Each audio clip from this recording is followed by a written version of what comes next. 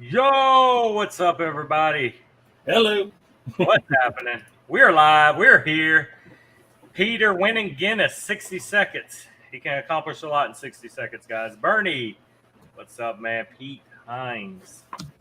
Get the hell out of here. What's up, fellas? Happy Saturday. And to you. Yes, sir.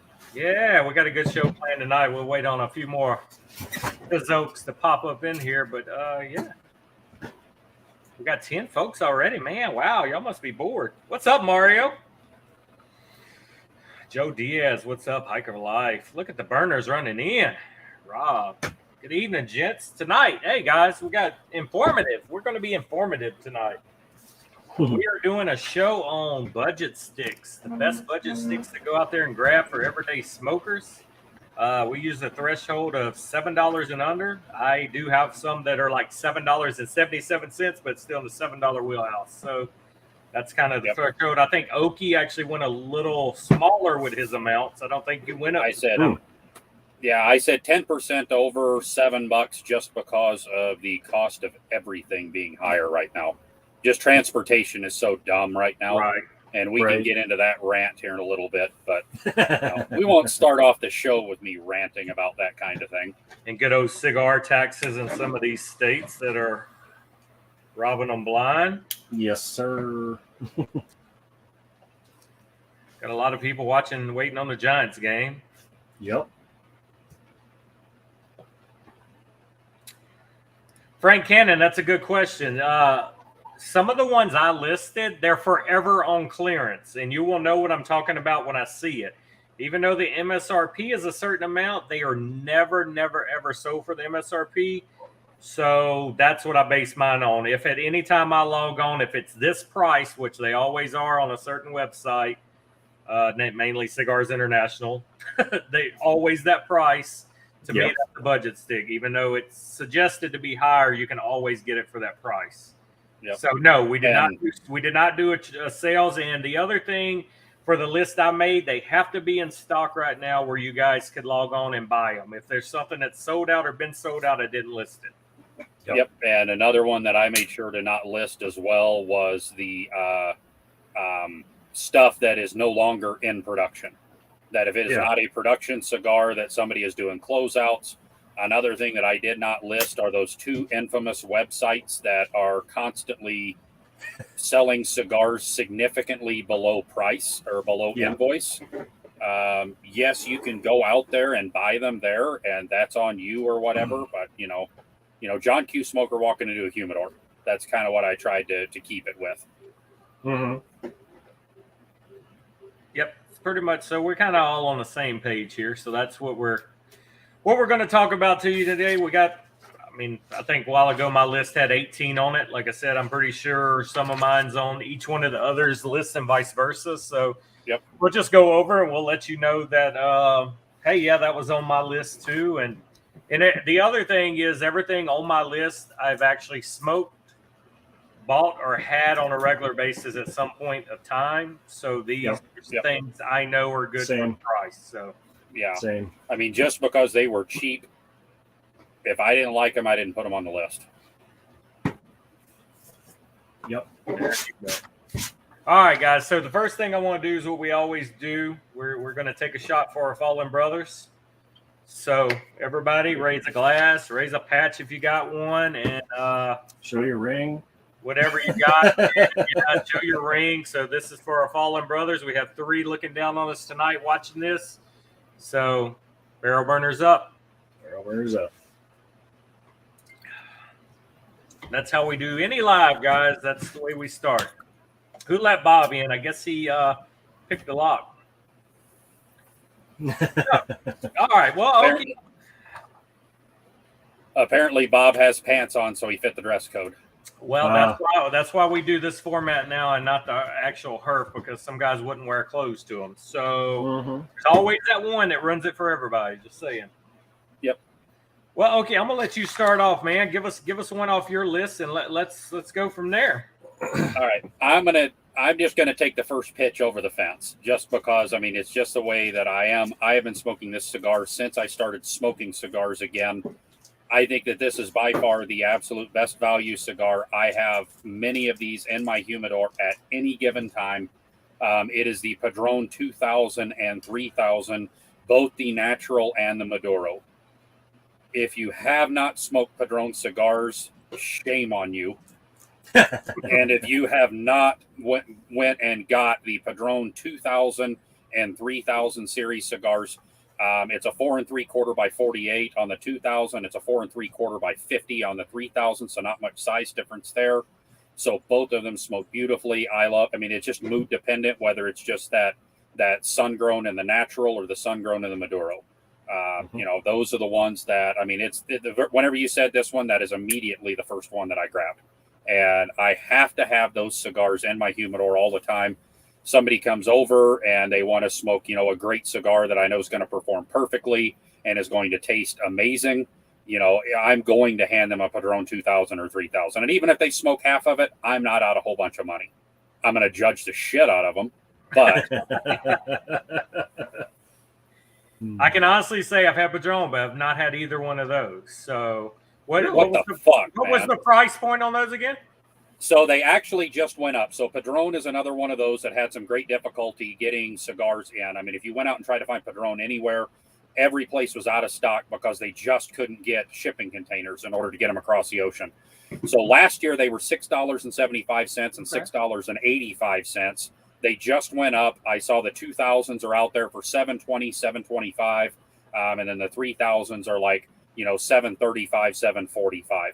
So they're up just a little bit. They're within that 10% worth of wiggle room that, you know, that I gave myself, but easily they fit in there. And with the 1000 series, even paying, you know, up to like $1 more, you can go up to something that's like a 660. They have a torpedo in it. I mean, they've got just about every Vitola you could want in that 1000 series. Well, I think it was you guys I talked to earlier week. I said in another 2 or 3 years of doing something like this, we're going to be a budget stick's going to be $10. I mean, with inflation, the cost of everything going up, our core cigars are going to be more to the $15, $20 range, and we're going to be searching for $10 cigars. And you know, and that's something that, you know, I was talking about or alluding to earlier that I'm not going to go off on a rant yet. But I mean, just the cost of everything has gone up. I mean, you got to think about the cost of the cigar box has gone up. They ship them in. I see more people going cellophane wrap, 5, 10 packs, get away from the boxes. I mean, all of that, the cost of not only being able to rent a container and get it from Nicaragua or the Dominican Republic to Miami, now you got to pay those exorbitant rates that, by the way, the truckers aren't getting anymore, but the companies and stuff like that are having to charge more in order to be able to haul freight.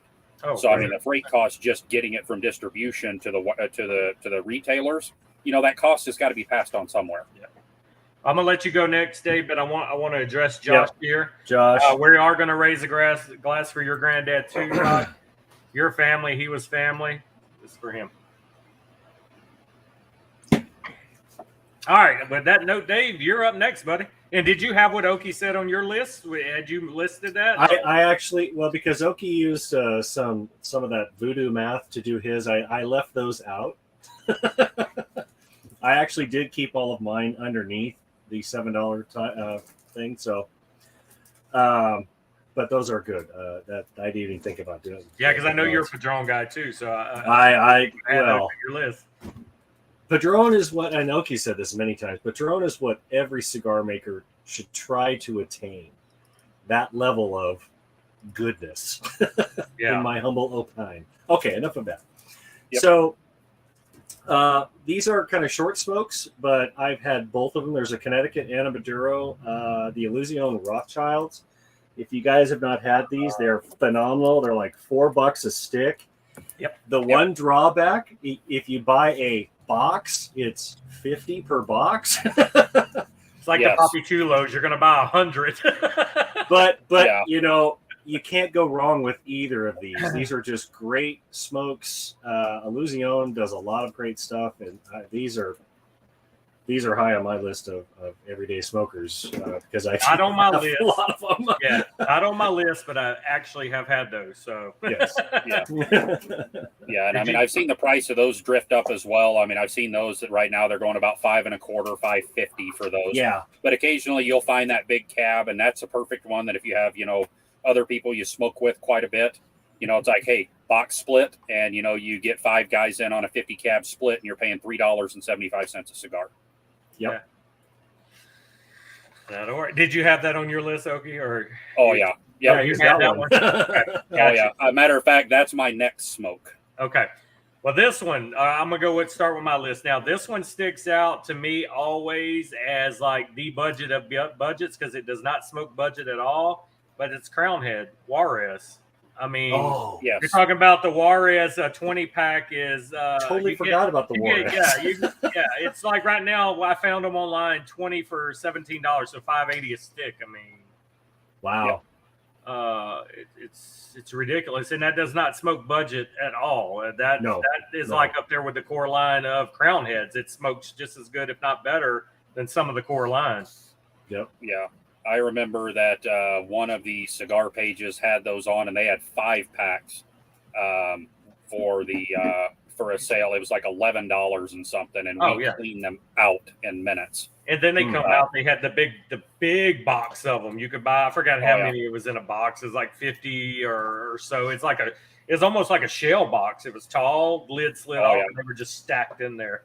So that, to me, when I think budget stick, that one always has popped in my head of it does not budget. Mario said one of them, so I have to say this: Cigar Page and Cigar Bid do not count in any of these. Nope. Because these guys go out and they buy people's excess inventories and then mark them down to what they paid to somebody else. So the retailer has already taken a loss, and these guys are just trying to make their money back.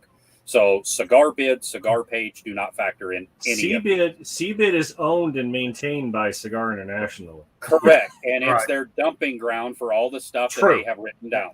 100%. Absolutely. And Frank, I'm going to touch on your comment to stop with the online stuff. Not everybody is fortunate enough, and I'm one of them. I don't have no shops within hours from my house to buy cigars. So, and a lot of guys are in the club, and that was the premise of starting the club like this, because we don't have lounges and we don't have nowhere to buy cigars So for a lot of people, me included, I have to shop online. There are no brick and mortars within 2 hours of my house. So I don't have options to just pull up and go drive a couple hours just to rummage through a shop for a 5-pack or something. So, and a lot of people are the same situation. So that, I mean, you're going to see a lot of online here because that's all we have. Right. All right. Okay. I will let you go with another one, brother. What you got? Probably my favorite Dominican brand out there, and probably one of the guys that I say is one of the most underrated blenders out there is Hoshi Blanco, Indian Head Tobacco, La Galera cigars. La Galera, their core line cigars. He's got what's the Chaveta size, which is the name of the knife that they use to cut the tobacco. But the Chaveta size is their standard Robusto. He's got it in a Connecticut, he's got it in a Habano, and he's got it in a Maduro. And each one of those ranges from $6.50 up to $7.30. He uses Piloto Cubano, probably better than anybody else out there. If you find somebody that says they have Piloto Cubano in their cigar, they bought it from Hoshi Blanco. He uses that. He uses a lot of Criollo in his stuff. He blends lots of magical stuff for lots of different people. But if you can find those core lines, matter of fact, I smoked a Connecticut this morning with coffee. The La Galera Connecticut Chaveta is probably one of my favorite cigars. That's my benchmark for creamy cigars. Is I compare every creamy Connecticut cigar to the La Galera Connecticut. The Habano is awesome. The Maduro is very good. But again, you're looking at $6.50 roughly to like $7.25 is where those end up. So great everyday smokes. They go good with everything from coffee all the way up to whiskeys. So you're good to go there. Nice little variety then. All right, Dave, you up, brother? The next one. Give us something that wows us. This one, Tatuaje is well known. Everybody loves them. But the Tatuaje tattoo, which is the one I'm smoking tonight, I mean, for a $4, $5 stick, depending on where you get it, my God. I mean, it's just a good, solid cigar. That's where it all started at, right? Tatuaje, tattoo. I mean, that's like the flagship cigar. This is like the first bump is free type thing. You'll start with this, and you're like, go to the next ones and just keep climbing through, and you'll end up with the Tucson TAA Avion exclusive before you and know it. TAA exclusives. Well, and it's like we were talking before we got started here tonight. There's so many Tatuaje that run that $8 price range, so they were just outside. Oh. I mean, the Cabi-Juan and the Veracruz, the Miami. I mean, all of them. Since we're on Tatuaje, I did find one that I consider budget stick other than the tattoo because I thought that one was too obvious. But I found the Havana 24 cigars, $153, so $6.37 a cigar if you buy the whole box. So the Red Bandit Havana 6, I believe the singles someplace were like $7.90 or something like that. So for me, it just missed. But I'm doing a Tatuaje right now. It's the Serie P, and this is their mixed filler. It's the white band with the red on it. Second time I've had this one. Very, very good cigar. Tatuaje is just, I mean, he blends great shit. Right. Yep. And then narrowly missing on that is a lot of his surrogates line. Yeah, the surrogates. Animal crackers, cracker crumbs. Yep. All of those are very good cigars, but depending on where you find them and if you can find them, they flirt with that $7 to $7.50 price range. Right. And I would have listed them because I'm still in the $7 threshold. I'm not over it. All right. Well, I'm going to jump in since I just kind of went off with the Tatuaje with you. I'm going to go with the one I'm smoking right now. This is Sinistro, and that's the El Burro that came out last year. And the Maduro, this is a good smoke. I use it a lot, smoke it a lot when I'm cutting grass and stuff, working around the house. It's you're looking at $130 for a box of 20. So, I mean, you're $5.50 a cigar. Mm-hmm. Yep. And it's a damn good cigar. Right. Nice. I've done burned through 2 boxes. So I'm not sure if Nub. Nub is not on my list, Peter. I tried not to do the smaller, shorter cigars because I wanted to see value in my dollars. Mm-hmm. Yep. So I didn't do any short, nubby cigars. Yep. Which is pretty much all I did. All right, who's next? I think it's Dave. Or is it back to Oki? It's back to Oki. All right, Oki, go for it, brother. All right, so I'm going to steal a whole gigantic chunk of thunder right here. Nick Melillo, Foundation Cigars, the Charter Oak line. I forgot all about those. I smoked those, and those were some of the first Foundations that I smoked, and it's like, all right, this guy is going to have a line to watch out for. Now, he's had a few since then that I didn't like, but the Charter Oak comes in a Connecticut, a Habano, or a Maduro. I buy them in the Rothschild size, the 4.5 50s. It seems to be the ones that I like the best. Their Toros are fantastic. And, pretty much anywhere that I have found them, they're going to be somewhere at between $7 and $7.30. So that's about what you can get. Now, you can find cab deals and stuff like that out there that, you can buy the big cabs and stuff like that. What I'm looking for is singles prices or a 5-pack because that's how I buy. But the Charter Oak have just been a lineup that I felt over the last several years fill such a huge gap out there to get a super premium cigar for a great price. And I mean, I am out of them, surprisingly. I was going through trying to find them tonight, and I could not find any damn Charter Oak in my humidor. So, that's on the list to pick up again. Yeah, I forgot all about those, man. That is a great cigar. I got one. Yep. Frank, I'm gonna touch back to your comment, brother. It varies on the individual. Me, I didn't do MSRP because all these I've listed, this is their forever sales price. They're always this price on these sites. They keep them marked down like this, and that's what I did. I think Oki based it off MSRP and then a 10% inflation. And I think Dave pretty much did MSRP. But these cigars that I listed, I smoke, so I know they're always that price. So that's how I did it. And for us to have them on their list, they're readily available right now for you to go buy.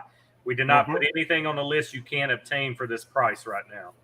Correct. Yeah, they have to be regular production cigars. None of the stuff that somebody has that they've been sitting on that is out of production that that's sitting on their bargain shelves. And when they're gone, there's no more. Right. Because I had a few of those.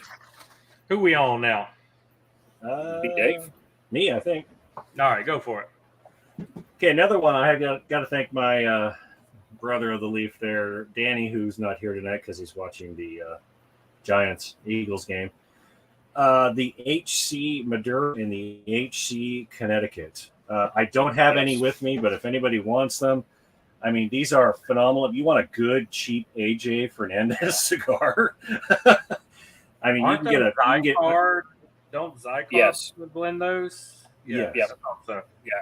Yeah, But Havana I mean, with tobacco. $2.10 for each and you get them in a pack of 20. I mean, Jesus, they're good. Good cigars. Yeah. Yeah, very, very surprising on that. I mean, you would think for like a $2 cigar, you know, it's going to burn like absolute. No, it burns great. Yeah, it's a good stick. So, all right. This one, some of you guys have smoked, some of you haven't. But when I first started smoking cigars and I was looking around for deals, it's a cigar called the Chilling Moose. They have Chilling Moose 1 and they have Chilling Moose 2. Okay. They're $3 a stick, and they are great cigars for $3. Yep, that's one that I have not had yet. Yeah. Yeah, there's a gray label and a red label. I don't remember which one's the 1 or which one's the 2. But, yeah, $3 a stick is what it averages out to. So I had to put that on there because I definitely know that was a good one. That's one of those that I was out of town, walked in a lounge, and I see this big moose and I was like, okay, I'll try that. It looks like a cool label, and that's what they are. Yeah, Howard smoked it. He knows. Yep. If you ever believe Howie, but here you go. Cigar. Yeah, I mean, so that's right up there. That's actually cheaper than the Juarez by about $2 a stick. So they're always online for that price. So, all right, Okie. All right, I'm going to go with another big dog. AJ Fernandez, Last Call. Oh, did you forget that one too? No, I actually have that one. Yeah, okay. Yeah, the AJ Fernandez Last Call, I buy them in the Genial size, or it's not the Genitals, but you know it's kind of spelled close to that. I believe those are they're either 448 or 450 for the size. They do a Habano wrapper and a Pennsylvania broadleaf wrapper. So you get those Last Call Maduros, you're just getting a broadleaf monster, and you're talking about a sub $6 cigar. There's no frills about those cigars at all. There's no, as the last time that I bought them, no cello. They are legit all stacked in the cab. So I always buy them online. I don't like to go into a shop and buy them because other people's scrubby fingers have been on them, and I'm kind of a germaphobe. They smelled them and they licked them. I mean, absolutely. You know, just put them right under the nose. But yeah, the AJ Fernandez Last Call is another one of those that's phenomenal. I've smoked probably every Vitola in those. They're all good. I just seem to like more of that Robusto size. Yeah. fair enough. There you go. That's the size you're used to handling. So, all right, Dave, what you got? All right, so this is another one that it's a short. It's a 4x44, but I got to thank Yahaira, sister of the leaf here. The Osaka Cabroncito. Yes, These forgot that one. Are so damn good. There's Yes. so much spice and punch packed into this little tiny beast here. It's just incredible. Yeah. Again, though, it comes in like a box of 45 for $200, but you're paying $4.40 a stick. These are great, and they last a while. So by the they do last a while. Yeah. Yep. And I mean, that one's an Edgar Hoyle, another guy that's been rolling cigars for various companies through the years, you know, giving advice to other people. You know, he's a great blender. And yeah, I forgot all about the damn Cabroncito. Yeah. It's such a good smoke. John wants to know what that one was called again.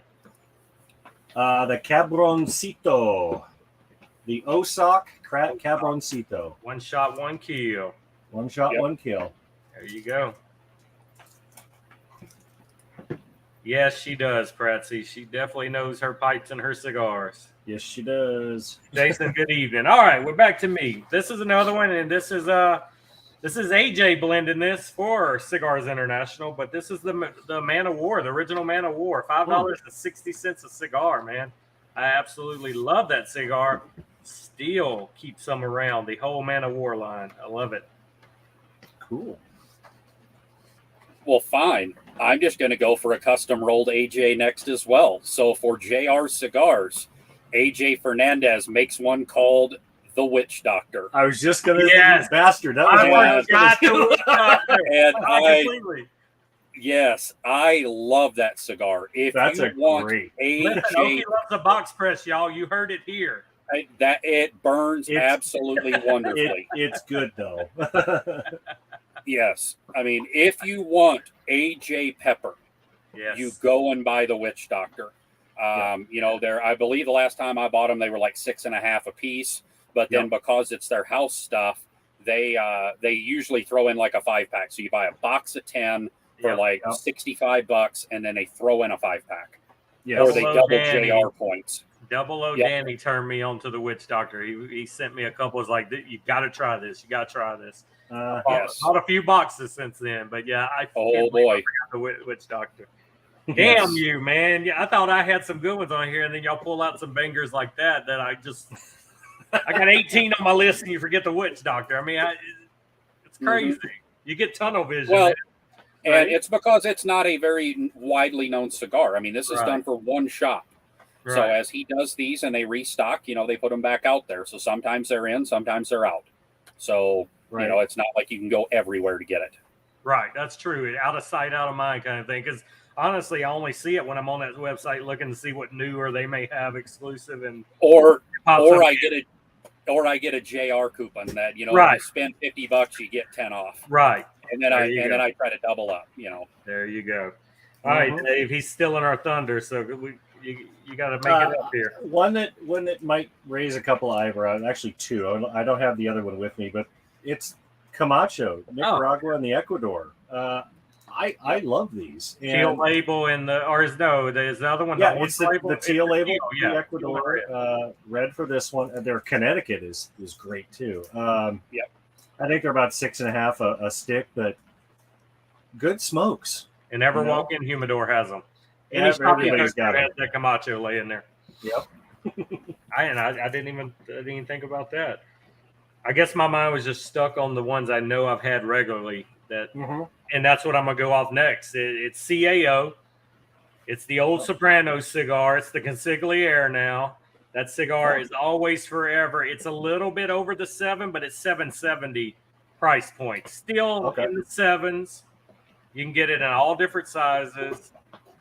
You can ask Noodles. Noodles loves this. He's always sending me when they're on blowout sales, even cheaper than this. But yeah, I've loved that cigar. I almost brought one out tonight, but it was my last one, so I didn't want to smoke it yet. But that's another that just got to have. It used to be, it's the same thing, the Sopranos. They just rebranded. I guess they were tired of paying HBO rights to use Sopranos name, so it went away for a year or two and came back out as the Consigliere. So nice. All right, Okie. Another one that I got started with, he's distributed through United, is Jose Dominguez. He does a Connecticut, or he does a natural and a Maduro.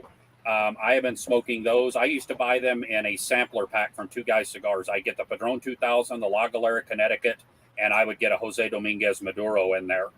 In that sampler. It was kind of a build your own sampler, and I would do that every time. I buy those like once every 2 weeks. But the Jose Dominguez Maduro is, I want to say it's a San Andreas, but he doesn't release it. It's just got all those flavors to it. But doing the what he calls the Gordito, the 5x52, and either one of those, they run sub $6. So Jose Dominguez cigars, if you've never ever found one of them, definitely go out and give them a shot. The Maduro is, I think, better than the Connecticut is, but, you know, I mean, they're still both great smokes. And where are you finding those at, Okie? Two Guys Cigars is where I find them most often, but usually if there's a shop that has United distribution, Jose Dominguez is in there with them. Okay, perfect. Yeah, because I hadn't heard of that one. That's a new one for me. So yep. So whenever you see his laying on the shelf as well, he has about 2/3 of the cigar wrapped in cedar, and then inside the cello. So I mean, he does a good job of presentation, preservation, and stuff like that. So I mean, it's for the $6, it's a great cigar. Got you. All right, Dave, it's on you, buddy. All right. Well, Loki's not going to be happy with me because I think this is only available through Cigar Page, but it is the Room 101 Tupelhund. I mean, you can get that cigar, what, 20 for $50? But that's its forever price, though. Even though it's on that page, yes, exactly. It's always that price. It's always cheap. Right. Yeah. And all of the Connie, the Maduro, the Habano, they're all great. And yeah, and there you go. There you go. Well, I'm going to beat one of y'all to the punch, and I'm going to say the whole damn Espinosa Comfortably Numb series. They're about $5.50 to $6 a stick on the Comfortably Numb. So I figured y'all had some Espinosas on there, so I'm gonna go ahead and throw that one out there. Yep, I left the Espinosas off because most of those are floating around that $8 price range. Which if we'd have been at $8, I'd have had the whole 601 line in there. Of course, then I'd have had all the Tatuaje. Yeah. I'd have had a bunch more stuff on this list if it was $8. That's the only reason I left Espinosa off. Yep, I was going to say there's a lot of other stuff I could put on here. Yeah, I tried to look at some of their others after I found the Comfortably Numb, and then I was like, nope, that's $8, that's $9. I mean, they were still under $10, but they were out of that $7 that I wasn't going to do. But yeah, those are $5.95 sticks. So yeah, where I went on those, right at the $6 mark. Yep. Nice. All right. Another one that Frank and I were talking about earlier because we were on watching the game earlier. The JSK, the toothpicks. Oh, yeah. And they are Robusto sized, but they are not toothpicks at all. But by far, these are flat out amazing cigars. If you can find that, it's the Toothpick 2.0. You can find that one in a Maduro, and you can find it in Habano. Then if you find the barber pole, it's the Maduro Habano barber pole on it, and both of those are flat out amazing cigars. And again, I know they're out on Smoke Inn. They're $6 a stick. So I mean, a great everyday smoke. Risty has had the same price on those since they came out. He has not raised the price. He doesn't give a shit. Right. So I mean, making cigars is just something he does for fun. So, I mean, great cigars. Frank introduced me to them a couple of years ago. I loved grabbing those, especially to fill out an order or something like that, just to have a good daily smoke. Golf course smoke, perfect for that. Yep. Perfect. All right. Well, that brings us back to you, Okie. Or you need Dave. Oh, yeah. Dave. Yeah. Here's one that I don't know how many people have heard of it, but if fans of Pastor Padron, he works for the 724 cigar shop in New Hampshire. The Dog Walker is a great cigar. You can get 20 for basically, well, it's $6 a stick, so about $120. But they are great smokes. It's an underrated one, not on a lot of people's radar. Never even heard it. You should, you should investigate the 7-20-4 line. I've seen the logos, I've seen the numbers, but as far as one called Dog Walker, I couldn't tell you otherwise. But I've seen their cigars around. Never tried any of them. Yeah, you can get them through like Famous and all sorts of other places too. But you know, two guys. Yep. 2 girls. Yep. 2 guys. Yeah, 2 guys cigars you can buy singles. Yep. Nice. Well, I'm going to touch back on my next one, Room 101. This is its forever price. A box of 20 Miami Snow. I mean, it's $4.95 a cigar. They're $99 for a box of 20. Always, every day, any day, any day, any day. Nice. And I left the breakfast in Portugal off because it's not in his normal production line anymore. That was another one that you could find the same way. Right. That's more good cigars. Evidently, Miami Snow is going to stick around. We were talking about it before this live that they completely redid the logo. It's no more snowman on it. It's a colorful logo, colorful box. They took the snowman off, so I think it took a little rebranding, and it may stay around, which I kind of like the breakfast in Portugal more. I wish that would have been the one that stayed around, but I mean, still, it's a cheap cigar, good cigar. Yep. I'm going to go back to another big dog because if you've got buddy sticks and stuff like that you want to leave around, one name that we have not mentioned yet is Perdomo. The Perdomo Lot 23 lineup. The Lot 23, right. Interesting. I like all of those. They're very good cigars, especially for that. I want to say they're right around the $7 price range. I mean, they kind of hit right there. Multiple different Vitolas in it. Connecticut, Habano, and Maduro, all sun-grown. I think, or they're all Habano wrappers for the Maduro. The Maduro's a Habano, and then the sun-grown is a sun-grown.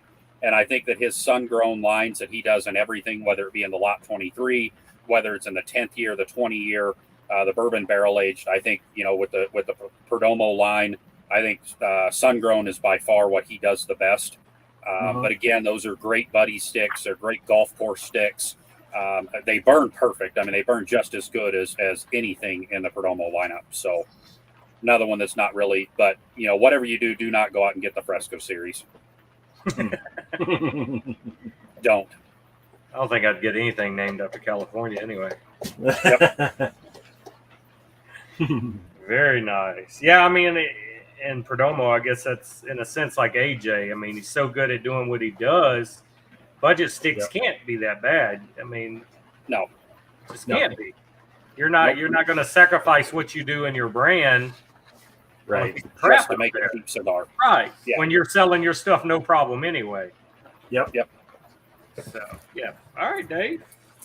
I have run out of ones. So okay. Between you guys now. This is back to me, and if Dirty Birdie's in here, he's going to vouch for this one because I got this man hooked on this cigar, and he was buying box after box. But this is also blended by AJ. It's the Diesel line, but it's the Diesel 10th anniversary. It's forever $6.20 a cigar, and it is a great smoke. Yeah, I love it. And he's got several of them out there that kind of flirt with that same thing. Like his Ave Maria line is another one that's like really close. Those are all good ones. I didn't put that one on there because of a lot of the Ave Marias are flirting with that $8. They've kind of been around that. But again, some other stuff that he attaches his name to. But yeah. Yep. Another one that I tried one of them and I really liked, but I just haven't gotten my hands on more of them. Southern Draw 300 hands. Oh, that is a good smoke. Yeah. Yes. That one right there. The Corona Gorda.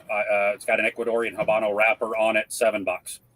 So if you're a fan of Southern Draw cigars, Robert Holt does great things.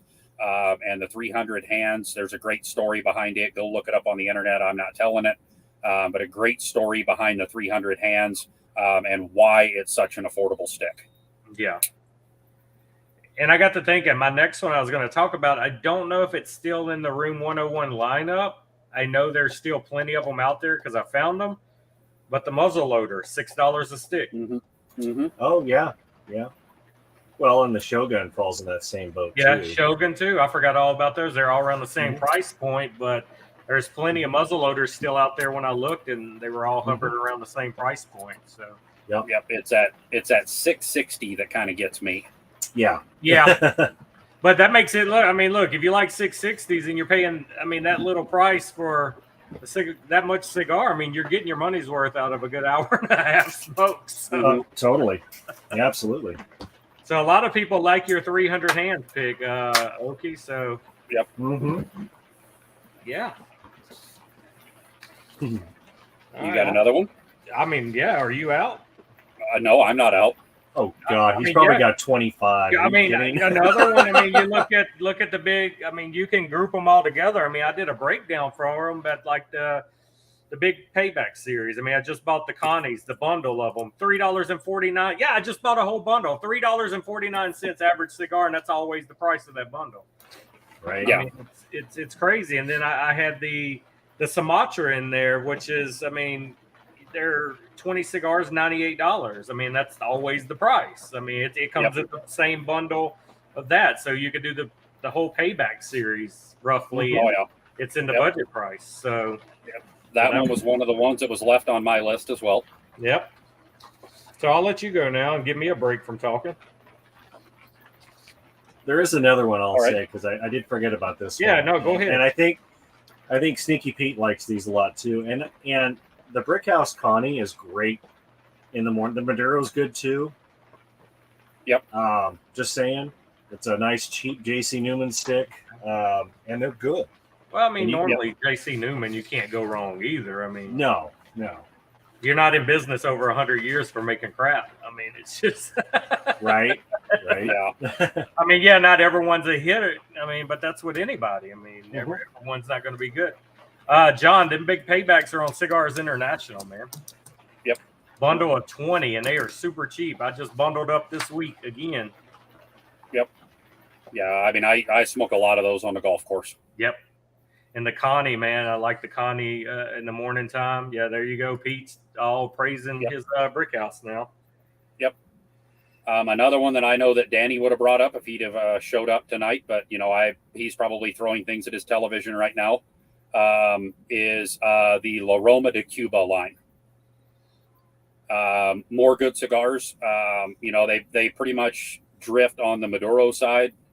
So they got a lot of darker cigars, but like the Serie S, the Serie R, the Serie T, all of them are very good cigars. They start at $5, go up to $8. So you can find something there that's going to fit your palate and definitely fit the budget.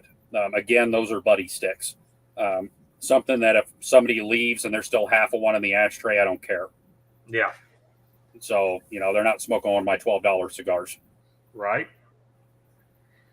All right. Well, I'll bounce another one off of you. This is also back with CAO. This is the American, the Barber Pole. I like it. It's probably a bigger cigar than Okie likes, but $5.80, and that's the forever price on Cigars International. And that's a great barber pole for anybody looking for a barber pole. Good smoke. Yeah. That whole line is great. And then I'll bounce one more before I go Ogie because it's CAO also. It's the Flathead series. You can get the spark plugs for $6. That spark plug is great. The 6x60 is normally falling in that budget range of between $6 and $7. But the whole CAO, that whole line of those are good. Mm-hmm.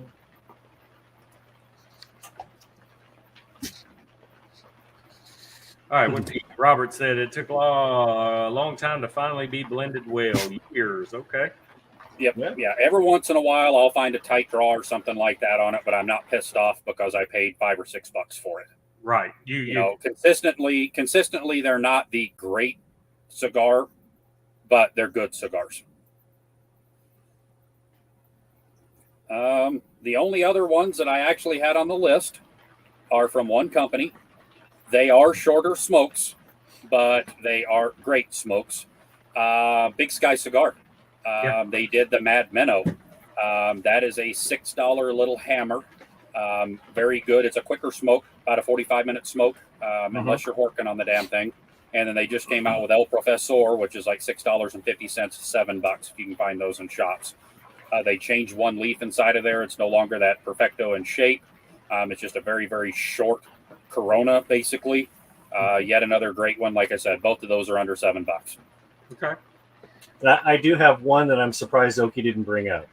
If I might. Now this is not everybody's cup of tea, but Toscanos.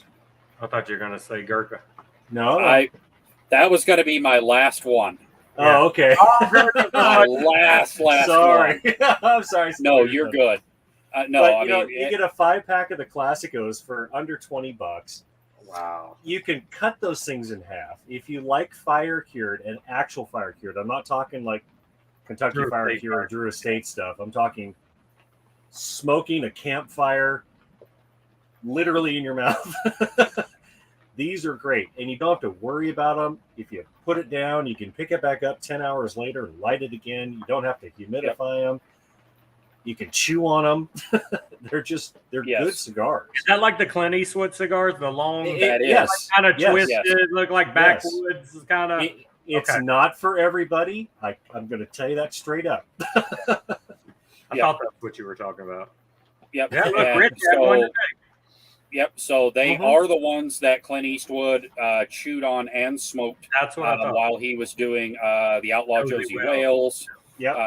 All of those. Good, Bad, and the Ugly. Fistful of Dollars. Yes, it's been in that family for like 300 years. They have a great lineup. It's pretty much a one-trick pony, but they do little twists on it with the different types of curing. or things like that. And like Dave said, it's 5 cigars. They're about 7 inches in length, 38 in ring. So they're basically like a big, dried out Lancero.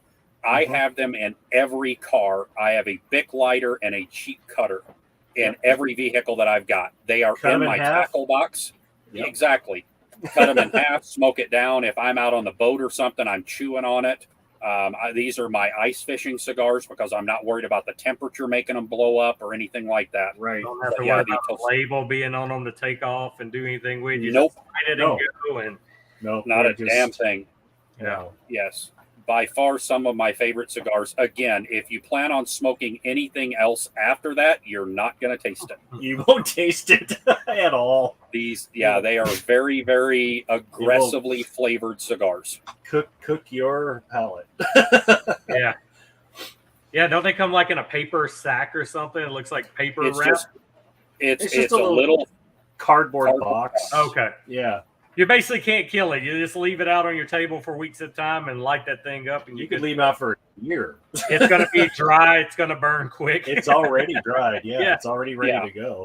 I might have to try those now. I'm curious because, I mean, like I said, perfect fishing, yard work. Because that normally when I would cut grass and stuff, I like the farm roll because most of them didn't have labels on it. You throw it in there. You don't care if it gets messed up. You don't have to worry about stopping, putting paper away or burning. It's just, and that's what I try to do, something unbanded. I don't care, a couple of dollars, and I'm out there weed eating or cutting grass. Now, I will say that they make some flavored ones I have not tried. I'm not going to try them. I like the Classico, the Antico. What are the other ones, Oki? My mind just went blank. The Garibaldi. You've got the 92. Yeah. They just came out with the Master Aged 1, 2, and 3, and those are phenomenal. Yeah, they're so damn good. So, but for giggles, guys, if you want to try something cheap, 5-pack for $20. I mean, come on. Yeah, I mean it's worth the next time I'm on there, throw some in the cart just to see. I mean, and again, cut them in half. Then suddenly you've got 10 for $20. I can definitely see the appeal being fishing in a boat somewhere. You don't want to worry about a lot, and out on the hunt leaks doing something. Yeah, I could see that. Oh, what James is telling you one. Have not heard of that one. I don't know that one either. Yep. They make a mini leather finger case. Okay. Yep. Yeah, they actually have some of them that come out. They're called Toscanello, and they're already cut in half. Yeah, that's true. And they come in the little half-size packaging and stuff like that. But again, very, very, very good cigars. Very, very aggressive. Italian fire-cured tobacco. Yep.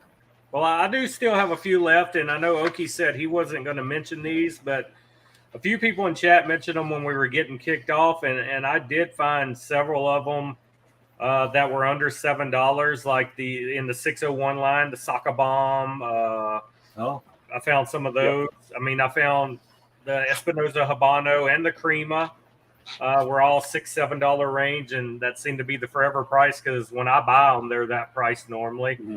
Right. So I did see some Espinosas out there that fell in that line. Thompson Cigar will get them a lot of times in their 5-pack fever. Right. Yeah.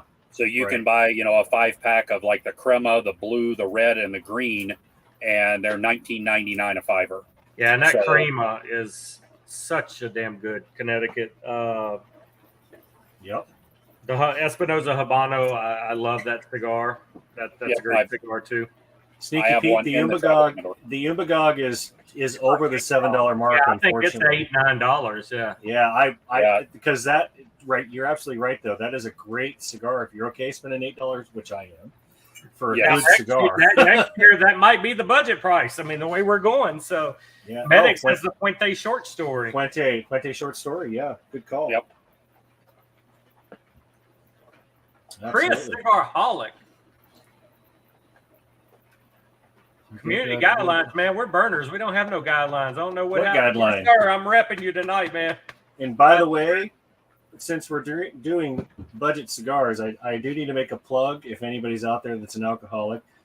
The Wild Turkey 101, either the regular or the rye, $25 a bottle. Get it? It's good. Yep.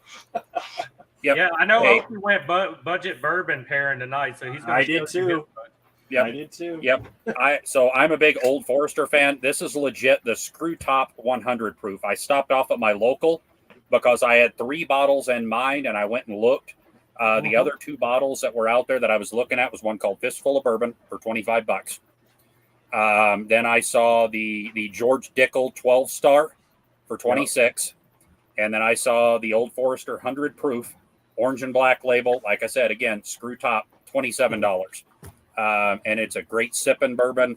Again, we were talking budget, and it's like, well, if I'm going to do budget cigars, I'm going to do budget bourbon along with it. Exactly. So, well, and I guess since all of our lists are done, that's actually a good topic now. So when I think budget bourbon, I want to spend $30 or less. So what is your threshold price-wise for a budget bourbon? Do you go over 30 or do you consider it 30 and less? I tend to stay the sub $40 bottle is where I try to leave myself. Okay. Because I think going up to 40 includes so many more bottles. Excuse me. Now you're talking Elijah Craig small batch. You're definitely talking the Wild Turkey products. Now you're talking about some of the lower end Old Forester stuff like the 1897. You're talking whenever it was out. Old Tub was another good one. That one was great. 4 Roses now falls into that sub 40. So I usually $40 for me and below is kind of where I look for those really good bourbons. Now, if I can find one sub 30 that drinks like a $40 one, like this Old Forester 100 proof, then damn right I'm going to buy it and keep it in. So, Dave, do you agree with that same 40 and under for your bourbon? Absolutely. So, okay. You got it, but you have to understand, I live in what I have affectionately called the DPRW, the Democratic People's Republic of Washington. So we have shitty taxes for alcohol. Basically take everything and add 20% to it, and that's the Washington price. So if I can find good bourbon for under 40, I'm sitting pretty. And so yeah. So if I handed you $40 and you walked into a shop that had every bottle in there, what are you grabbing for that $40 if you could only grab one bottle? Right now I can get small batch. That was quick. That was quick. You didn't even have to think about that. EC small standard run of the mill 94 proof Elijah Craig. Yes, absolutely. Okay. Or the rye. Yep. Okay. Their EC rye is good. Yeah. Or the toasted barrel. If the people aren't trying to secondary price you, even the toasted barrel is still sub 40. Yes. I'm going to get laughed at, but I'm going after Long Branch or Bullet Bourbon. I like the price. Yeah. Long Branch. Wild Turkey Long Branch. I don't know, man. I used to hate Wild Turkey, but I will drink the Long Branch. I would drink the barrel when they do. But yeah, man, that Long Branch. Have you had the 101? Yep. The Wild Turkey 101? I've not had the 101. Spend $25. Get it. Trust me. Yep. It drinks so well. So it's only $25 for the bottle? Yeah. Wow. Yep. I paid handle, 30. Okie? For a handle up here, it just went up. It's $55 a handle. Yeah. But and somebody's gonna probably stab me when I say this, but as a matter of fact, Whiskey Jeremy and I had this discussion that the Wild Turkey 101 and the Rare Breed Bourbon are so close together for the price. So you may as well get the 101. Yeah, the Rare Breed was the one I was trying to think of just now. In the opposite realm, though, the Wild Turkey 101 rye and the Rare Breed rye, there's no comparison. The Rare Breed rye all day, every day. Yeah. But if you want a good, just cheap bourbon to just drink and have, a couple of cocktails or whatever, the 101 standard. Yeah. And I'm still a Knob Creek fan as well. Knob Creek, you can get the 100 proofers, either the rye or the bourbon. They're like $28 a bottle. And, but if you want to spend a little bit more money, you jump up to that 129 year and you're right in that $40 to $42 price range. Yeah. So, that's kind of close. But, there was a group of us that we had said, all right, you can have 5 bottles of any type of whiskey out there. But the only drawback is whenever you were finishing off the bottle, you had to be able to go and replace the bottle. And Elijah Craig's small batch was on my list of top 5. Yeah. You know, right. I went and got all different, you know, different types of whiskeys. And then not Four Roses, but Eagle Rare was on there as well. But, yes. you know, but that one was just above the $40 price. And, you know, and unfortunately that bottle is climbing. Yes. I love getting that one for $40 and below, but, you know, yeah. Well, it's like ATL Medic says, you know, Buffalo Trace is following right along with that shit, with Eagle Rare being a Buffalo Trace product. Is again, $20 to $25 is where you can find Buffalo Trace, and now you cannot find Buffalo Trace for under $40 hardly. Yeah. And everybody is you get one bottle because it's like it's allocated now, and it's stupid. So is there a higher end bottle that you guys keep around that every time you empty it, you have to go buy another bottle of it? And if so, what's the price point of it? Old Forester 1920. What's the price of bottle? For me? Yeah, for you. Or for everybody else in the United for States. you up there. What, $100? It's 75. Okay. Out the door. Yeah. Yep, and I'm pretty much the same bottle. I really enjoy that one, and I pay $55. Okay.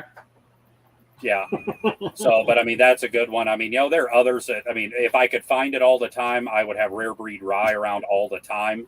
Okay. If I could find Four Roses Small Batch Select, I would have a bottle of it at all times. It's just that nobody around here drinks rye whiskey. So, I mean, it's a much harder bottle to find around here. Mm-hmm. I mean, there's 100 bottles of bourbon to like 5 bottles of rye around here. Whistle Pig is the one that keeps getting me, the 10 and the 12 year, that once I empty a bottle, I have to have another one here. I can't be without it. What's the most you ever spent on a bourbon? $225. That's quick, man. You remember some shit. What was it? I'm in the same, but it wasn't bourbon. It was Scotch, which is all still whiskey, but right. Yeah. Okay. So what was it, Okie? What was the bottle? I had to overpay one time for a bottle of Elijah Craig 18 year. Oh, okay. So I overpaid that one by $75. So that's the most that I've spent on a bottle. Now there's some other very rare bottles out there that I've paid $100 bill for, being Booker's and stuff like that. I'll pay $100 for, you know, various other, you know, store picks or barrel picks or something like that, depending on what it is. It's usually about $100 bill. Most of the rest of my EC18 has been in that 150 range. But I paid $225 one time because couldn't get it anywhere else. And that was $225 including shipping. Yeah, it's crazy. Like I can spend 100 to 125 and I'm okay, but it seems like it's like pulling teeth if it's over 125. Like even if it's 130, it's like, oh my God, it's over $125. I can't make myself want to willingly spend it. Hey, but I will tell you, I like buying Blanton's for $65 and then selling it for $200. Yeah. Speaking of which, John just mentioned that. Yeah, when you can find Blanton's here and it's not marked up at $60, but they'll sell it for over $100 easily. Oh yeah. Unless you know the store owner, then. Yep, and that's how I got this other bottle of Blanton's, and you know I'm making a trade with it.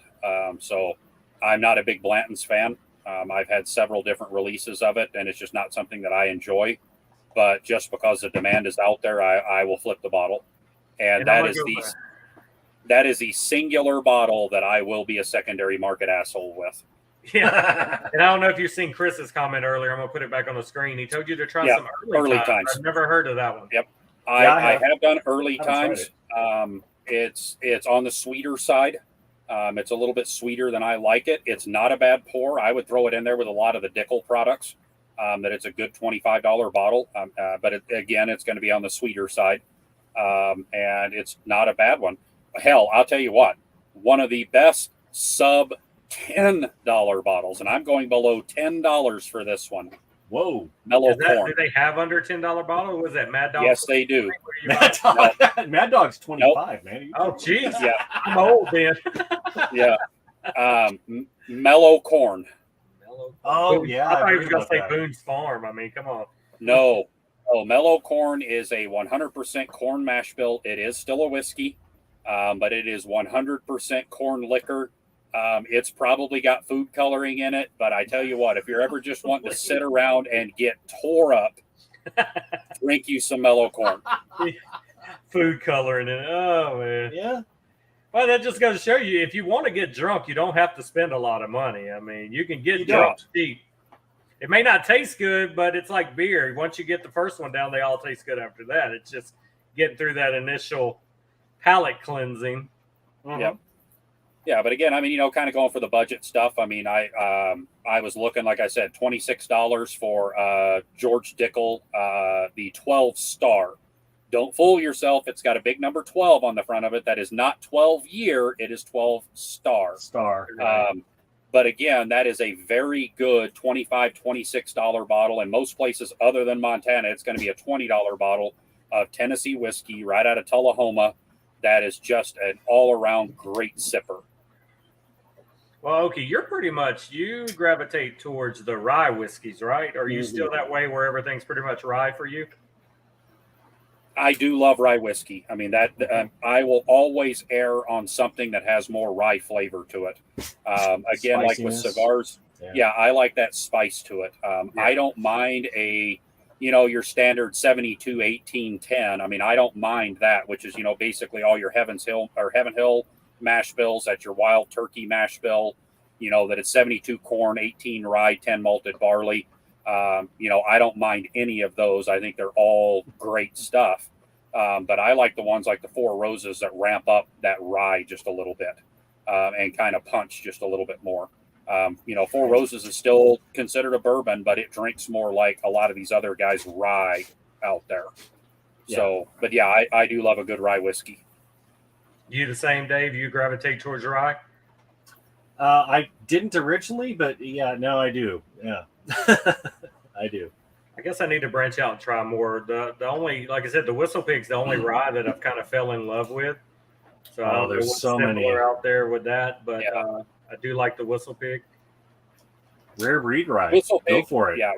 Yeah. Rare breed rye is fantastic. A lot cheaper for that one for sure. 100%. I'm gonna pick one of those up this week. Then I'm definitely gonna try that. Yeah, if you want to drink. If you want to drink gasoline, I mean, the Knob Creek rye is great. It's hot, though. The only way I can normally like a Knob Creek is in an old fashioned at a restaurant somewhere. I don't really like the Knob Creek by itself. To me, that's a mixer. In my opinion, that's a mixer. Yep. And then that's another one you may want to look at too, Jason, that just got brought up is Angel's Envy. It's a slightly finished rye whiskey. I've had it. It's good. Not bad. Yeah, that's actually a good rye. And it's not expensive. High West Double Rye. I have not tried. I forgot about High West. Yeah, that's another good one. So if you want to kind of just tip your toe in the water into the rye stuff, I mean, Old Forester makes a screw top rye that's 51% rye, so it's just legally rye. Yes, and that's under $30 as well. Exactly. Okay. Elijah Craig rye is the same way. It's 51%. Rye is good. Yep. Old Forester, I already said Old Forester. Knob Creek rye is a little bit higher. I want to say it's right around 55. Woodford rye is right around 55% rye. So it's another good one, but it's got more of that barrel flavor to it. Yeah. So all the big dogs make them. Hell, I mean, I'll even drink Jim Beam rye. I like that one in cocktails. So a Jim Beam rye, like an old fashioned or Jim Beam rye Manhattan is good. Or a Whiskey Mule Jim Beam rye is good there. Mm-hmm. George Dickel rye is a good sipping rye. So that's another great one. I mean, all the big dogs make good ryes out there. It's just how far do you want to venture down the rye path? And then you just mentioned Woodford for the first time tonight. I hadn't seen nobody. I'm liking the double oak. Oak. Yep. That's the double oak. Yeah, the double oak is about the only one that I will kind of keep around. I have not replaced my last bottle of it. Just because I think there's other stuff out there that I like more, and a little bit cheaper price range. I have the Redemption Rye Medic. I forgot all about that. That is, I was gonna say, the price. That's a cheap bourbon down here too. The Redemption. I got a store pick Redemption Rye, and it's great. It was my first foray into Redemption. That's a good rye. And I will absolutely spoil it. I'm gonna be pissed off after I mention this because all 9 of our viewers are gonna go out and start buying it. It is out of the Limestone Branch Distillery Minor Case Rye. Oh yeah. Right. Yes, it is. It's got a sherry cask finish on it. It is absolutely amazing. I love Minor Case Rye, which I'm out. So I have to go buy more. Yep, never heard of that one either. Evidently, you guys got way better liquor selections than we got. We have a network. Gotcha. Are you guys still pairing coffee much with your cigars, or are y'all pretty much just whiskey pairing? Oh yeah, all the time. Yep. Absolutely. Yep. Every Saturday and pairing, yeah.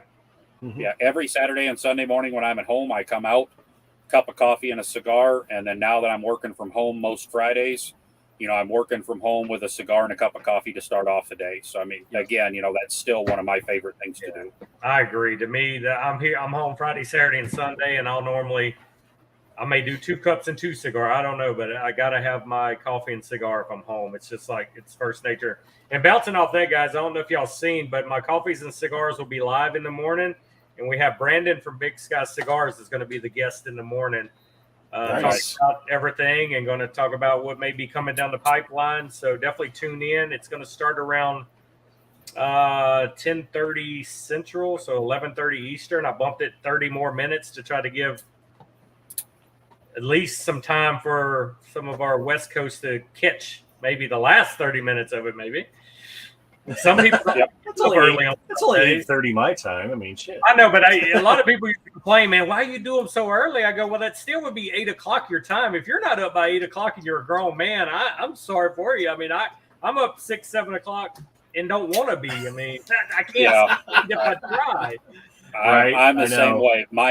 My internal clock, I am awake at 5:45 before my alarms go off. Just on vacation out there in Spokane, drug the kid out for his 21st birthday run. And again, 4:45 in the morning Pacific time, wide awake. Well, yeah, you normally got to get up and pee at that time anyway at your age. Bullet Rye, I agree. Bullet Rye is good. I like the whole Bullet line, though. I'm a Bullet slut. I mean, I'm just going to say it. I like all what Bullet does. And here it's $30 a bottle. To me, I can't beat Bullet for $30 when I can find it at Target, at Walmart, any gas station. It's $30 a bottle. I mean, it's I do love the Bullet, the whole line. So I guess somebody said it's like the White Claw of whiskeys for men in the South. I don't know, but I like it. So I can agree with that. Yeah, it's good. I like it. Yep. I have been trying. Select. I mean, I have every bottle they've offered. I love it. Yep. Yeah. I still have some Bullet Rye left because every year on Barry's birthday, one of our brothers that passed, every year on his birthday, I drink Bullet Rye and smoke a Viva La Vida. So I mean, that's just kind of the thing. And I'm almost through that bottle, and he will be the only reason that I buy them. But what I may end up doing is I may end up buying minis from now on. So is it just that bad to you compared to the other ryes you drank? There's something about it. So the Bullet Rye is actually sourced out of MGP, but I think it's just their watering down that they do. For me, it just doesn't have the same level of flavor that I like in my ryes. Mm-hmm. Now, do y'all gravitate towards any age for your whiskeys or bourbons? I mean, or will you drink 3 years or 5 years, or do you try to get 10 year or older? Is there a method to your madness when you're looking? I drink what tastes good myself. Yeah. And if there's an age on it, I mean, look at Eagle Rare, for example. That's a 10-year. Right. Yep. That's phenomenal. But if it was a 3-year and it still tasted the same way, but would it at 3 years? It would be it probably wouldn't. It probably wouldn't. But you know. I try to. I mean, 6 years or older is normally what I look for on a label because I don't like a lot of that just unpleasant burn bullshit. Yeah. I mean, if it's burning so much where I can't enjoy it, even with a splash of water or a cube of ice, it's too much burn. Yeah. I mean, it really just depends. I mean, I'm a huge Booker's fan, and all of the Booker's is between 6.5 years and just shy of 7 years. And I mean, it's warm. Don't get me wrong, but it's fantastic. Yeah. But I mean, aging does say a lot with it. But I mean, there's some things out there like, all right, I'm going to piss the whiskey guys off. McKenna 10. Oh, yeah, not a fan.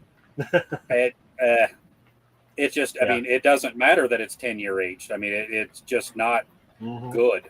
Yeah. Or for my palate, I just don't like it. I mean, there's other stuff out there, that I think is better. But yeah, I mean, if there's, the 6 to 8 year, which is what Elijah Craig says that it is they yanked the old 8-year age statement off of it, and pretty much so they could blend in 6 year.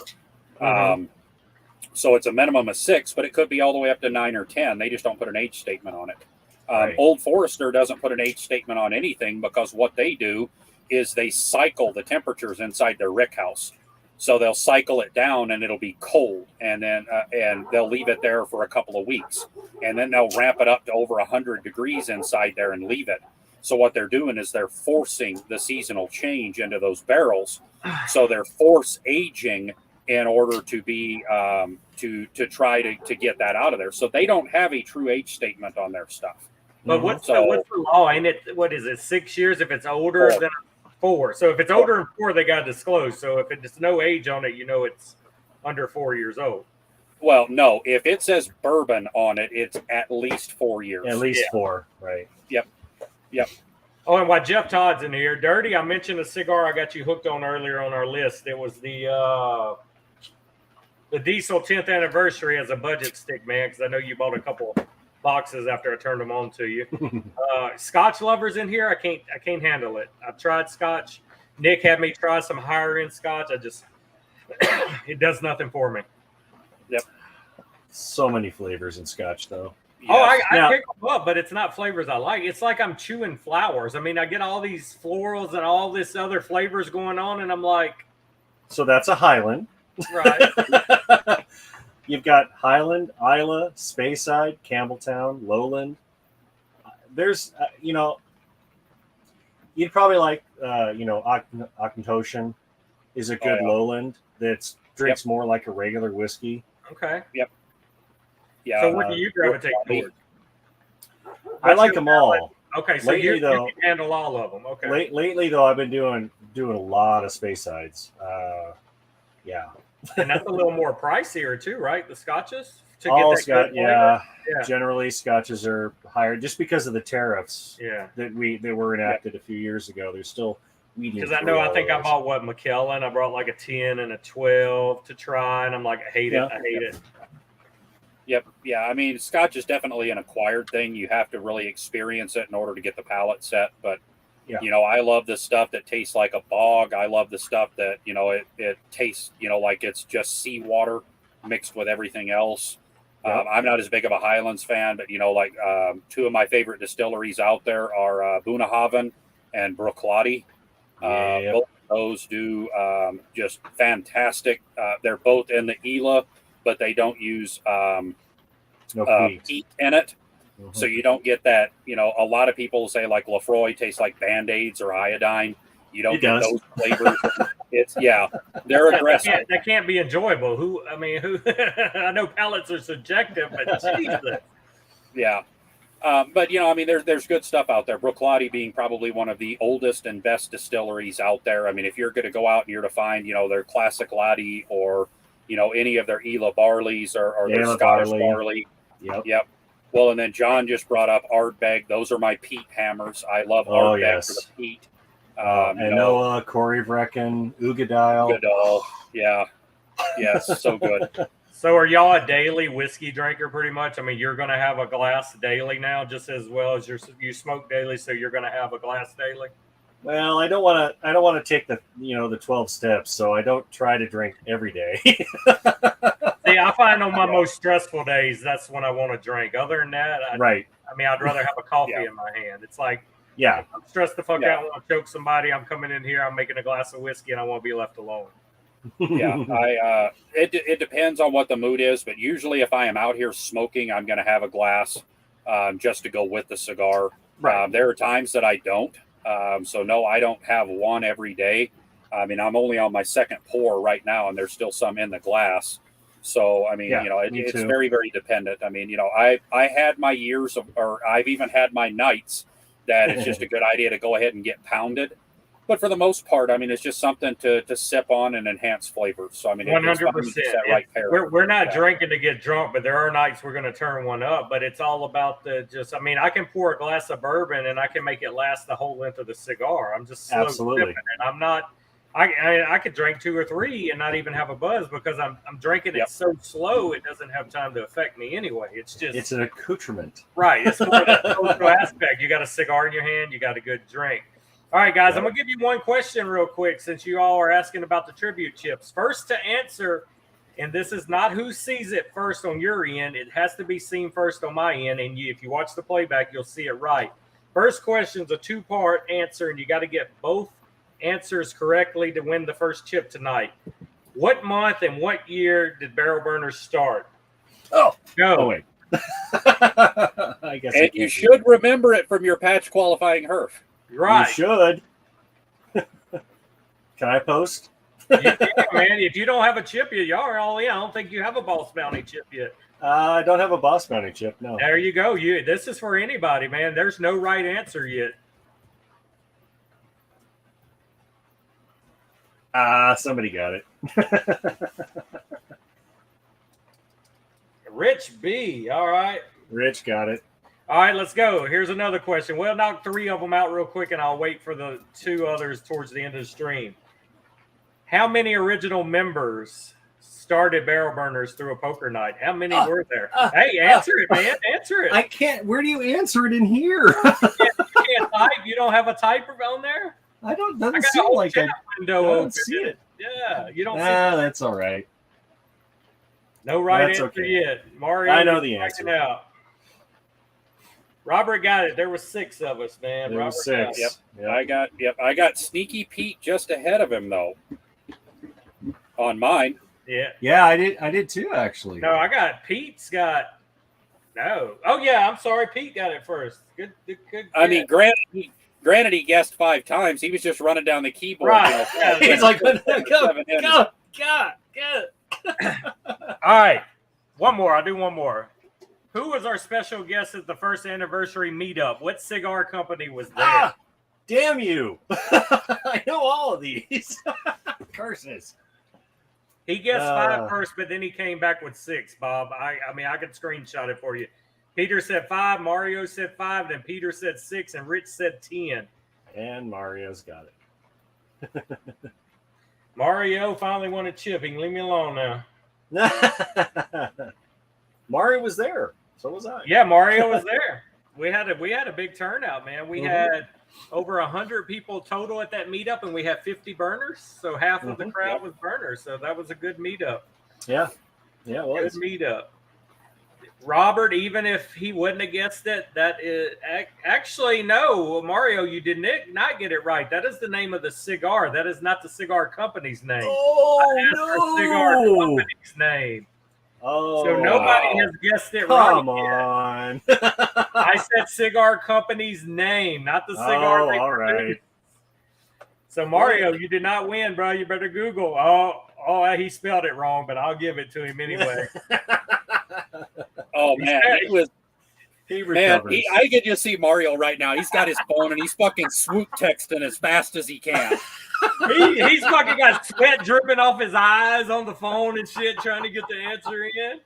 All right, you got it, Mario. You did redeem yourself. Oh, that's awesome. So we're gonna have 2 more questions here in the next 5 to 10 minutes, and then we'll start winding this down so these guys can get some football or some more rye whiskey or whatever. So that's good deal. So yeah, I hope you guys enjoy this. I kind of like this format. We got a lot of people that don't really want to jump in on the Zooms and have cameras on, and I'm tired of having to mute people that don't mute and talk. So right. I like this format for multiple reasons. One being when our recruitment was the highest for Barrel Burners, we were more active with YouTube videos and Instagram videos. And when you get more stuff out there like this for the public to see and they see what we're about, it tends to put a better image in people's minds and brings more people. Also, I like the format, like I said, of not muting, not having to worry about people have cameras up and then it's lagging everybody's chat if somebody don't have a good connection. So there's multiple reasons I like this format. So yep. And I have people that have asked about cigars, and it's like, hey, by the way, I hear you do cigars and stuff like that. What do you think about? And then it's just like, it's going to be great because, I already pointed a couple of people toward the top 10. And I'm going to point several more people toward the budget one. So that way they're able to go back and watch it. And I think that's beneficial to us, just for people to be able to go back and get the information. And there's another idea, and I'm going to bounce this off chat. We still have 16 people in here, not counting us 3. But I would like to, me and James did this a couple years ago, but I would like to revisit and do one of these on pipes, pipe knowledge, the starting out, the picking of pipe tools, the picking of pipes, because I still have this stuff and I'm intrigued, but evidently I'm not doing it right because I'm getting no enjoyment. I can't keep my pipe lit. So I want the next Saturday night main event to be a ground starting up. My pipe's in my hand. What do I do, guys? Walk me through it. Let's light this thing up. Let's take comments and out because pipes' as big as part of barrel burners is cigars. And I want to do a Saturday night main event catered around pipes. And I'm going to be the dummy. You guys are going to walk me through it. We're going to go through chat. And I want to do a pipe oriented. I know a couple of guys. Maybe so. might join. Matter of fact, I will tell you what I'm going to do. So as we are going through this in the burner's pipe room, what we will do is we will basically help you build a starter kit. And you will be able to participate in the next one in the chats, smoking along with us, and you're going to be able to do it for sub $25. Awesome. Yeah. If you will send me that link, I will physically buy that kit and I will use it live on the Saturday night main event of what you picked out and what you told me to do. And then let's walk through it and let's educate, because a lot of people are nervous and scared to try something different, but we still have a lot of people in the group that don't smoke pipes that are intrigued about pipe and pipe tobacco, but they feel overwhelmed, because I know I did. Because there's so many pipes to choose from. There's so many tobaccos. There's so many damn tools.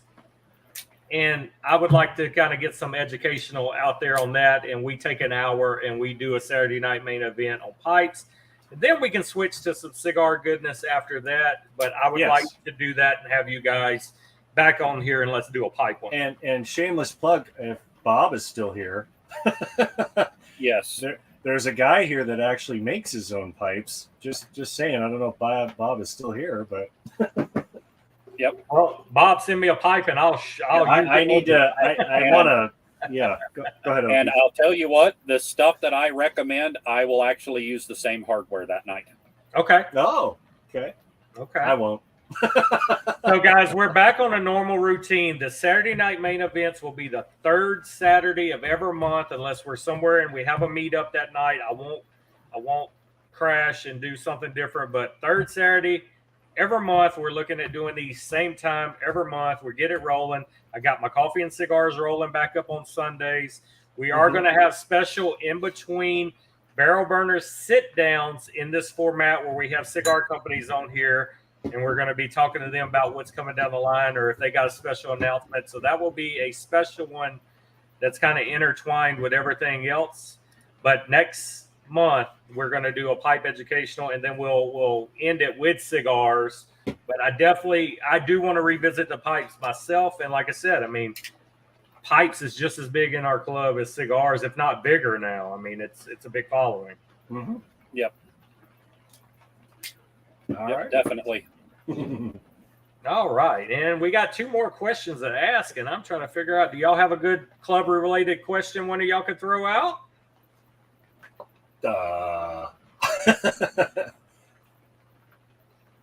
I'll give them a hard one. Let me throw this out here, and then I'll let you take the last one, Dave. Oh, me? Who was the first barrel burner in the Discord server and patched that was not one of the first 6 members? God, I know. I know that fair. Now, Bob. Dry out your tobacco. I'd have every one of them. All right, guys. Where's the answers? First member patched in the server that was actually not one of the first 6. Sneaky, I was going to ask that question, but there's 3, and I'm going to ask that question. I know because I was there. There was, we brought 3 or 4 first 50s in that day. 3. 4 of us. Oh, there was 4. That's right. There was 4. Yep. You were way off, Pete. Big Blue was way down the line. It was not Coach Mike. I know, but I can't type it in here. Definitely not George. I'm gonna let him get a few more wrong answers, Dave, and then I'm gonna just let you scream it out and take it if nobody gets it right. Well, hopefully I'm right. I mean, it's a no-brainer. Everybody should know. I mean, the guy is still an active part of this club, a big part of the club. A lot of people don't know him, though. So yeah, it's true. All right, I'm gonna give him 15 more seconds, and then Lot Lizard Jeremy. Lot Lizard Jeremy. No. 9 seconds. It was not Okie. It was not Danny. I think they were early 2019 when Okie came in and patched. Not Whiskey Tater. Nope. Yep. All right, it's yours, Dave. Nicky Noodles. Yes, sir. Nicky Noodles, man. Nick has been here since pretty much day 1 of the Discord. Day 1. Nick found us on Instagram, immediately hit me up. Mario, you're too late. Tampa Steve was like 2021, if that, Bob. You're way off. Not Swine Gear. Not Swine Gear. Yep. It was Nicky Noodles. Sad Dave going to take that one for you, and we got one more question. What'd you have, Dave? You want them to name? My question was, who were the first 4? I forgot there was a 4th. Well, there's 5. There were 5 in the 50 club. One was not present in order to receive his patch that day. Really? But at the first meetup, there were 4 people that got the first 4 50 patches. Correct. Yes, and does anybody know who they were? And it was done in a year's time. Yes. From August to August, everybody hit 50. So you got to name 2 people are unfortunately not in the club at the moment. No. Yeah. Yeah, they are. No, the first 4. No, that's what I'm saying. They got the patch. Oh, they're all still in the club. Okay. I'm fine. I'll let you guys answer this one. I'm only remembering 3. Oh, no. Well, no. Yeah. Well, that's kind of misleading saying he's still around. Yeah, so... Yeah. But yes. So there was 4. Okie, Big Blue, Ono, and Jeremy. No. You got I one will of them, help Pete. y'all out as y'all get one right. Okie was one of them, Peter. Oh, yep. Jeremy, you were wrong. You were wrong, but you were wrong with one of them. There's one more. Jeremy, you had 3 of the 4. Jeremy, I'll give you a hint. It's stressful smoking a cigar. No, that was not him. No, it was not. Yes, he got one. You are missing the first person to 50. Oh, shit. All right. My bad. Yep. Jeremy, you have 3 of the 4, Jeremy. You have 3 of the 4. I will repeat. Yep. It's kind of I have to step back. That's kind of an unfair question because a lot of people don't even know some of these. Yep. No, all 4 of these are here. That's true. I will name them in order whenever you are ready. I don't think nobody's going to get it, man. Jeremy got 4 out of the 5. Oh. Okay. But not the 4 that got their patch in person to start in the 50 club. Because nobody knew about a 50 club until this event. And I surprised them and handed them out at the event. No, my wife didn't even know that was going to be a thing. All right, so this one was painful. We got to go with another question after this. I'm sorry. Go ahead and give them. This is just informational. So at the meetup, the very first guy to hit 50 was Nick 714. Yes. The second guy to hit 50, Sin City Cigario. Yep, correct. Right. The third guy to hit it was Danny Tacos, but he was not at the meetup in order to get his patch in person. Right. That's true. The 4th person was yours truly, and the 5th person was Jason. Yep. Only 4 were gave out at the meetup. Wait, what about what the hell's he go by now? Mr. Phoenix, Mr. 206 or whatever. He never hit 50 before he quit. Oh, that's right. Yep, that's right. He was like 48 and a half and quit. Yeah, That's right. right. I could give him another hard one. Who was the first person to be patched in person? And it was done in New Orleans. I know. At the first Barrel Burners meetup in New Orleans, where only 3 of us showed up, but one got their patch in person. Should that be a question, or should it be easier for them? That can't be a question for that one's tough. I mean, that's OG shit tough. right there. That's OG shit. There have been 3 public patch-ins? We've done. Yeah. Yeah, you did one. Yep, Jeremy got it though. Yeah. Yeah, Jeremy got it. Jeremy, I'll give you that one, and we'll still ask the 6th question. I know 2. James and Toph. Okie did one for me in person. Yeah, Toph. I've done 2 in person. Yeah. Oh, that's right. The other guy from Montana. Stogie Adventures. Yeah. The one Okie, he run them all off. He patched them and then bye, get out of here. Toph's still here. Yep. And I did give Jimmy the Deuce also. Fun fact: we patched Jimmy the Deuce in person in New Orleans. Me and Nikki Noodles, and then I gave him his 50 patch in person while we were playing golf before he moved out of state. So okay. Yeah. So he got patched twice in person for both his patches. Okay, let's do a real question because yeah. George does have a permanent patch. You are correct. There are a couple with permanent patches. Brightburn. Actually, Coach has a permanent Mafia patch. Yeah. Yep. 1 Mafia and 2 regular patches. All right. Last question for these guys. Give them something they can get right. Okie, your turn. I can't think.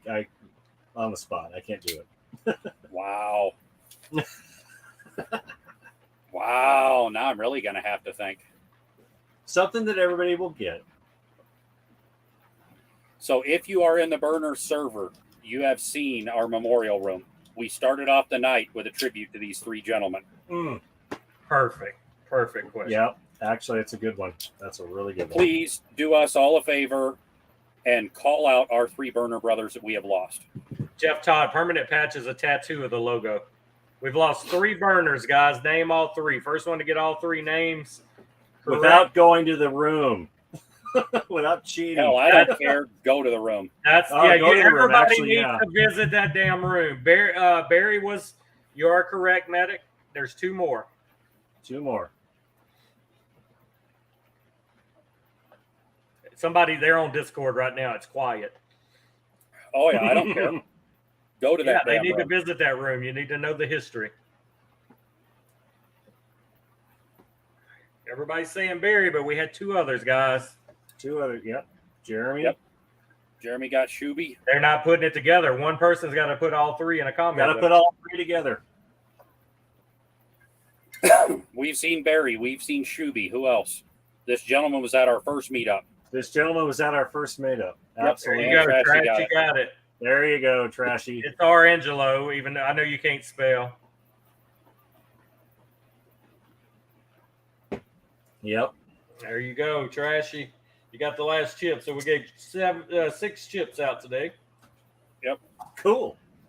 Yeah. Guys, to those guys, they were all very active in the club. Great guys to herf with. Great guys to meet up with in person. And you know what? Life just dealt them something that made it too short. So absolutely. Again, And another fun fact for y'all that may get asked down the line on this: who is the only member to hit the 50 club honorary that didn't make 50 yet? I know. Yep. And also get a ring. And got a ring for a family. Yes. Yep. Absolutely a rock for our club starting out. Yep. Such a great guy, man. Huge loss. You're right, Peter. Barry, man. Yep.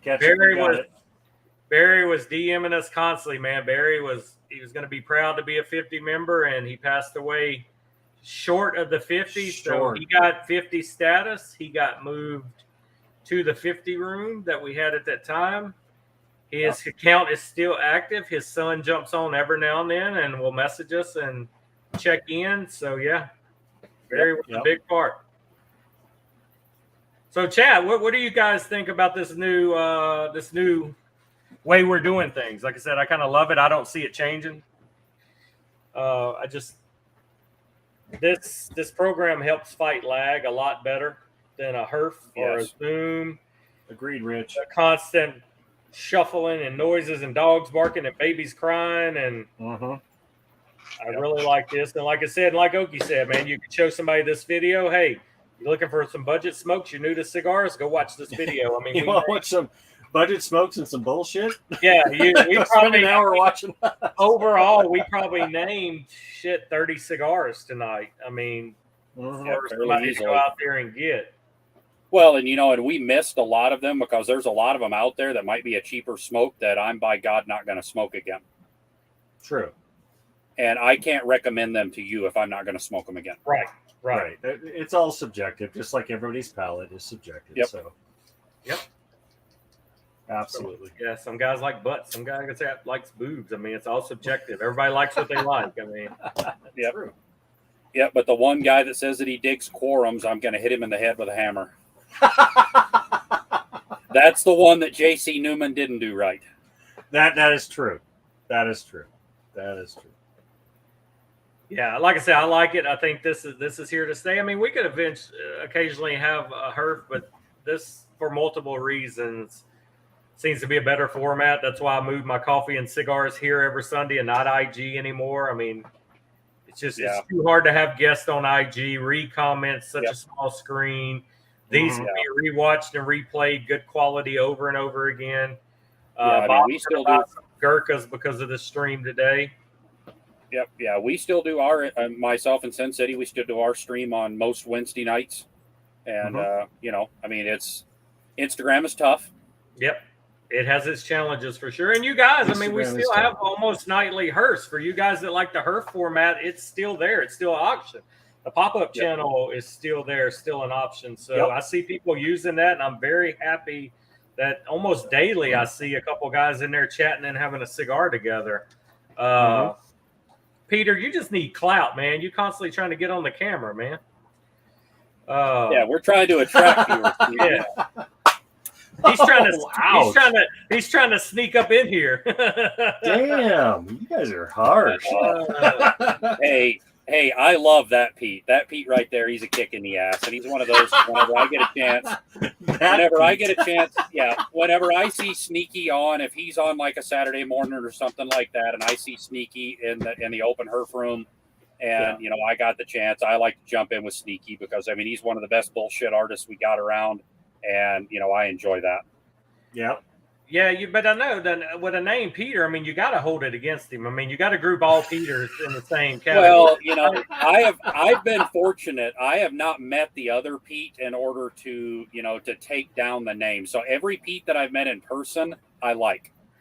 I want my wife to meet Ketchup and give him a few new names. Oh, God. Yes, please. Actually, hang on. Wait a minute. Here's a good one for you. Do you have another chip sitting there? I will do it, man. I was going to say, I hear a question. I will do it. Okay, at the first meetup. I know where this is going. Dave was given a name that was printed on the POS system at Nicky Noodle's restaurant. What was the name printed on the check at Nicky Noodle's restaurant that Susan insisted was his actual name? And I have a picture of it. All right, Peter, that's the name, but what does it stand for? That's close. It was spelled out. There was no abbreviations. And while you guys are clamoring to try to figure this out, the waitress asked me what name I needed to put on the check, and before I could say anything, Jason's lovely wife said this. Pete got it she right. Put it on there. Yeah, Heinz got it. Woohoo! Yep. And another fun fact, my wife almost killed two people in New Jersey, Sad Dave and a guy that was trying to talk about New Orleans like he knew it better than her. Yeah, but that guy was a drunk bastard. And then the very next year for a New Orleans meetup, my wife almost shanked another member that isn't here tonight. George. So yeah, my my wife is feisty if you piss her off while she's drinking. So if you haven't met her in person, you need to, because she will be at the next big meetup. She is a absolute hoot. And her name's not Susan, but that's her. That's her alter ego. Yeah, that's her alter ego. Yes. Sure. So yeah, good job, guys. We still got 17 people in here. Like, man, say more. But I don't know what else we can tell you guys tonight. Yep, Ketchup got 2 chips tonight. Oh no, it's rigged. What? No, you didn't get 2 chips tonight. That's your only chip tonight, Heinz. Yeah, it's only your only chip. Can you fucking count? Yep. So I'm gonna, every one of the Giants fans right now needs a hug. Oh my gosh. So so George missed this tonight, and Danny missed it tonight because their glorious Giants were playing. But Danny should have been on. So George. They should have been on. They would have had a better time. They could have been the bad luck. They could have been why their team lost. What's the score? What's the score? 28 zip at halftime. Yeah, they have harassed Daniel Jones to the point that I think that they're not going to give him a 5th-year option. I don't think one good year deserves a 5th-year option anyway. Yeah, one good game. One good game.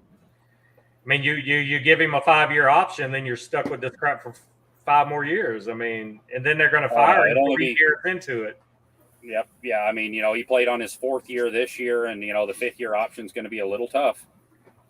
Yep. Who's the 2 games tomorrow? We got Bengals.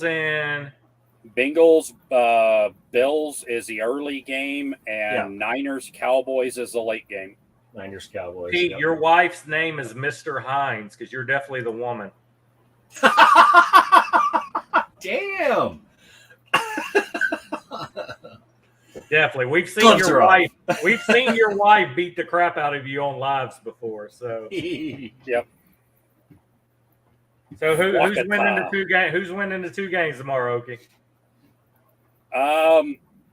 In the upset pick, I think the Bengals have too good of an offense, and I don't think the Bills have put together the offensive performances they need to.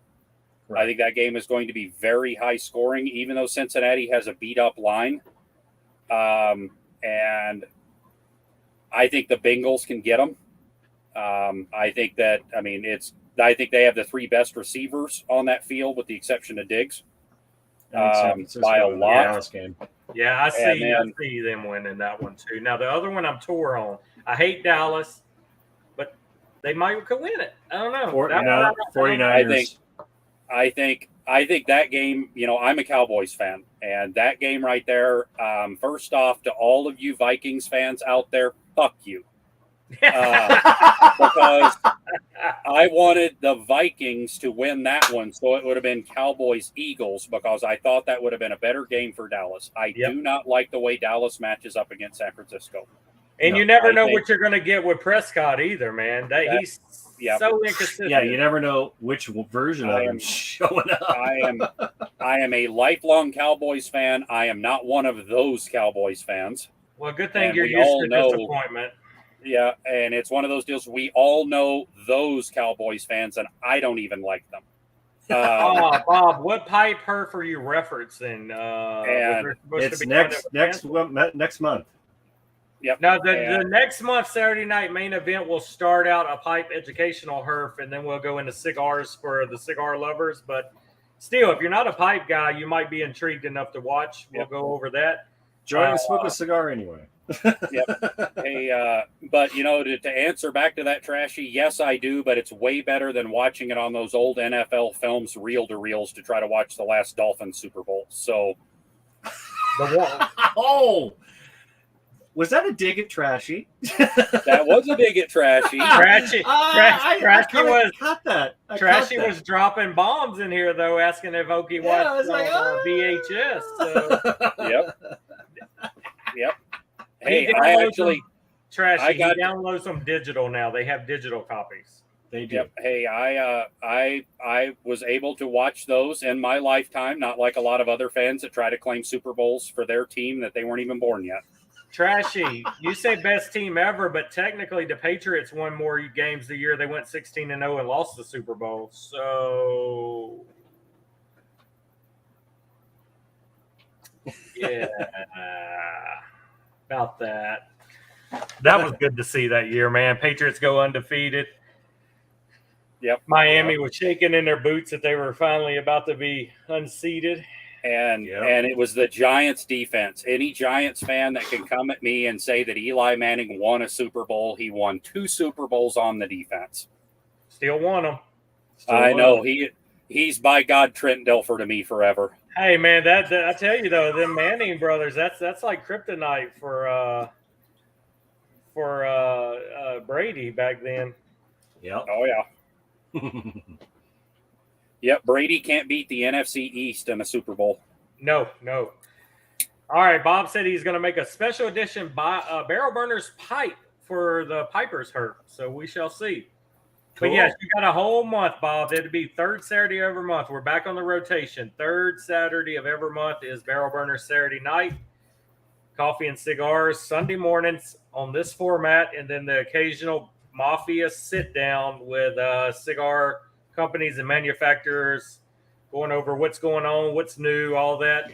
Hopefully we get Billy and Gus in here soon for one of those. Now we got El Pupo coming out. They're on my radar to get here ASAP. Mm-hmm. Let us know when, where, exact dates, who to hit up that day and harass, because we know their format. It's brick and mortar, and the few brick and mortars that have actual shipping methods to get them to us. So right. That's what we're looking at. But remember, tomorrow morning, Brandon from Big Sky Cigar, Coffee and Cigars with me.